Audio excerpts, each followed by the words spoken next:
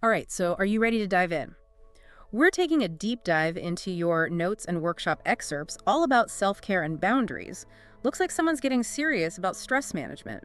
Yeah, and it seems like you were really trying to get to the core of it all, too, moving past those typical self-care buzzwords. Right. Like it's more than just bubble baths and face masks. We're talking about real strategies for a more balanced life. Absolutely. And I have to say, I was really impressed with how the presentation you shared really dug into that. It frames self-care as so much more than just pampering yourself. Yeah, like it's essential, not an indulgence. Exactly. Like, think of it like fueling a car.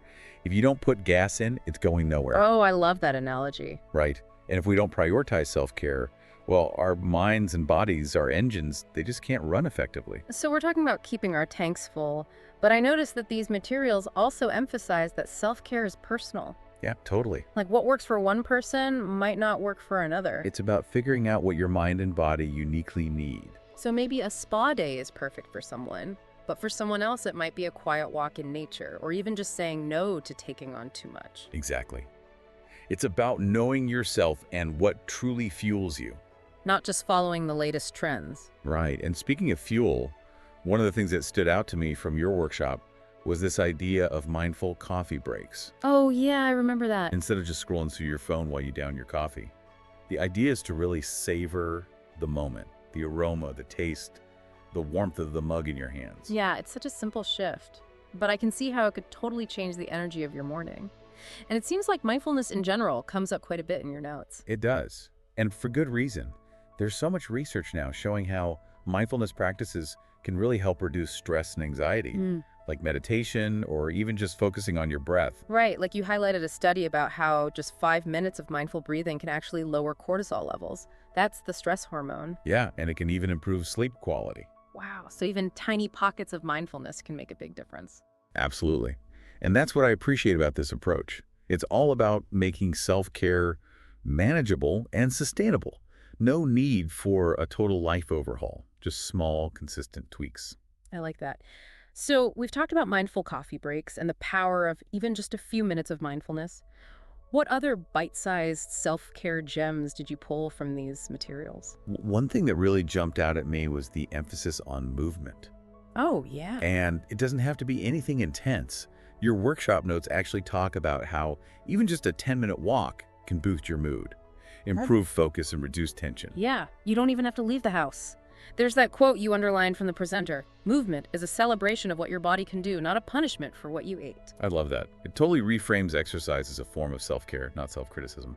Yeah, and speaking of things we often neglect, that these materials are definitely reminding us about the importance of prioritizing sleep. For sure, sleep is like the ultimate reset button for our bodies and minds. It's when we repair and recharge. Exactly. And your workshop even suggested setting a consistent sleep schedule to help regulate your natural sleep-wake cycle. Even on the weekends. Yeah, ideally. It's about creating those healthy habits. Well, it sounds like you've been taking some serious notes on all this. It's clear you're really into this self-care journey. But to be honest, some of it's resonating more than others. Like all this talk about mindfulness and prioritizing sleep, it's great, but I still feel stuck when it comes to boundaries. Yeah, that's a common sticking point. It's easy to grasp the concept of boundaries, but actually putting them into practice, that can be tough. Okay, so maybe that's where we focus our attention next. Because the workshop materials definitely spend quite a bit of time outlining how to set effective boundaries. And if self-care is like fueling the car, maybe boundaries are the brakes that keep us from spinning out of control. Ooh, I like that. Boundaries provide structure and control, which can be crucial when we're feeling overwhelmed or overextended. Okay, so let's hit the brakes for a moment and really unpack this whole boundary thing. What are some of the key takeaways from your notes? Well, one of the things that really stood out to me from the workshop is this idea that boundaries aren't about shutting people out. Yeah, it's not about building a wall. Exactly. It's more like having a gate. You get to decide who and what you allow in. Into your space, your time, your energy. Okay, so I'm seeing the connection back to that car analogy. Self-care fuels the car. Boundaries make sure we're driving in the right direction and that we have the ability to stop when we need to. Yes. And just like learning to drive, setting boundaries takes practice. It's a skill you develop over time. So where do we even begin?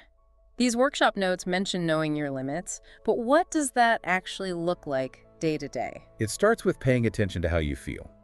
What activities or interactions consistently leave you feeling drained or resentful? Okay, so let's say I figured out where a boundary is needed. What then? Do I just yell, boundary, and run away? Haha. Well, that might work sometimes. But your notes emphasize the importance of clear and respectful communication. Right. Boundaries aren't about being aggressive or controlling. It's about honoring our own needs and limits while respecting the needs of others. Exactly. And it seems like you were really drawn to the section on using I statements when communicating boundaries. Oh, yeah. Remember that example? Instead of saying, "You're always asking too much of me," you could say, "I feel overwhelmed when I have too many commitments.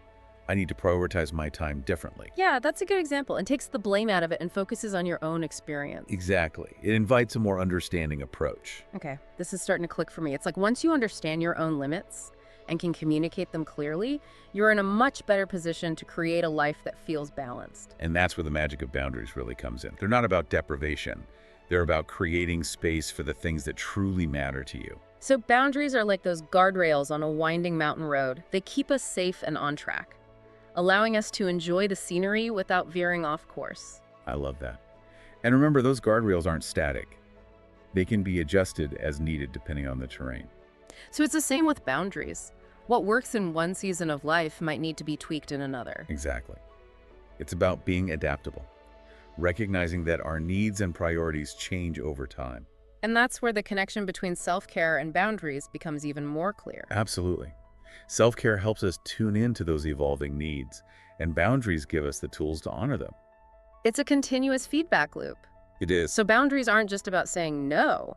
They're about creating the space to say yes to the things that really matter. Exactly. And your notes highlight some areas where boundaries can be especially helpful, like work. Oh yeah, boundaries at work can be tough. It's so easy to blur the lines between our professional and personal lives. Especially in today's always connected world, your notes actually have a whole section on setting digital boundaries. Oh, right. Like turning off work email notifications after a certain hour. I definitely need to work on that one. It's a common struggle. But remember, setting boundaries with technology is just as important as setting boundaries with people. It's all about reclaiming our time and energy. And it's not just about work either. Your notes also emphasize setting boundaries in relationships. Ah, yes, those tricky relational boundaries. Sometimes it feels easier to set boundaries with a boss than with a close friend or family member. It can be. But remember, healthy relationships thrive on clear communication and mutual respect. And that includes respecting each other's need for space. Exactly. Even in the closest relationships, we all need time to recharge and connect with ourselves. And that's where self-care comes back in, right? It does. When we prioritize our own well-being, we're better equipped to show up in our relationships. It's like that oxygen mask analogy they use on airplanes. Put on your own mask first before helping others. So self-care isn't selfish. It's actually the foundation for healthy relationships. And healthy boundaries help to protect that foundation.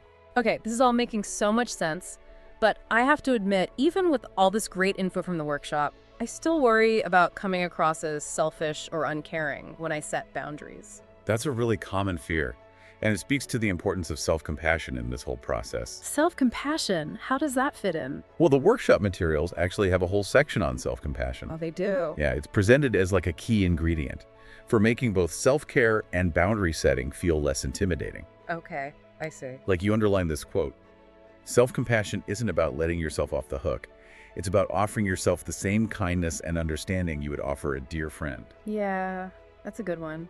It's so easy to be hard on ourselves. It is.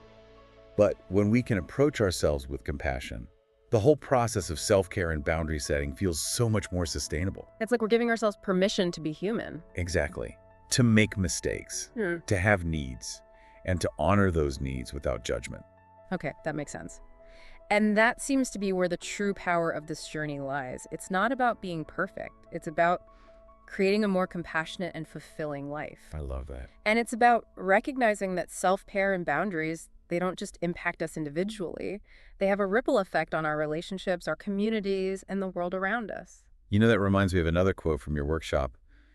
"When we prioritize our well-being, we create a ripple effect that benefits everyone." So taking care of ourselves isn't selfish. It's actually a way to contribute to a better world. Absolutely. And that brings us to something really important. We've covered a lot of information today, But how do we actually put this into practice in a sustainable way? Right. It's easy to get overwhelmed with the shoulds of self-care, like it's just another thing to add to our to-do list. And that's why I think this idea of micro self-care from your notes is so valuable. Oh yeah, tell me more about that. It's all about finding those small nourishing moments throughout your day, like taking a few deep breaths, listening to a favorite song, or even just savoring a cup of tea. Those little moments can make a world of difference. They really can. And the same goes for boundaries. It doesn't always have to be a big confrontation. It can be something small, like saying no to an extra commitment, or turning off your phone notifications for a while. It's about those little acts of self-respect that add up over time. Exactly. So as we wrap up this deep dive, I just want to encourage you to embrace both self-care and boundaries. Experiment with different practices and see what works for you. And most importantly, be kind to yourself along the way. Yeah, this is a journey, not a destination. And we're all in this together, figuring it out as we go. We are. So let's support each other, share our experiences, and celebrate the small wins. Because together, we can make self-care and boundaries more than just concepts. We can make them a way of life. Couldn't have said it better myself. And on that note, we'll leave you with this final thought from your workshop. What is one small act of self-care or one boundary you can put in place today to create a more balanced and fulfilling life? Until next time, take care, Yan.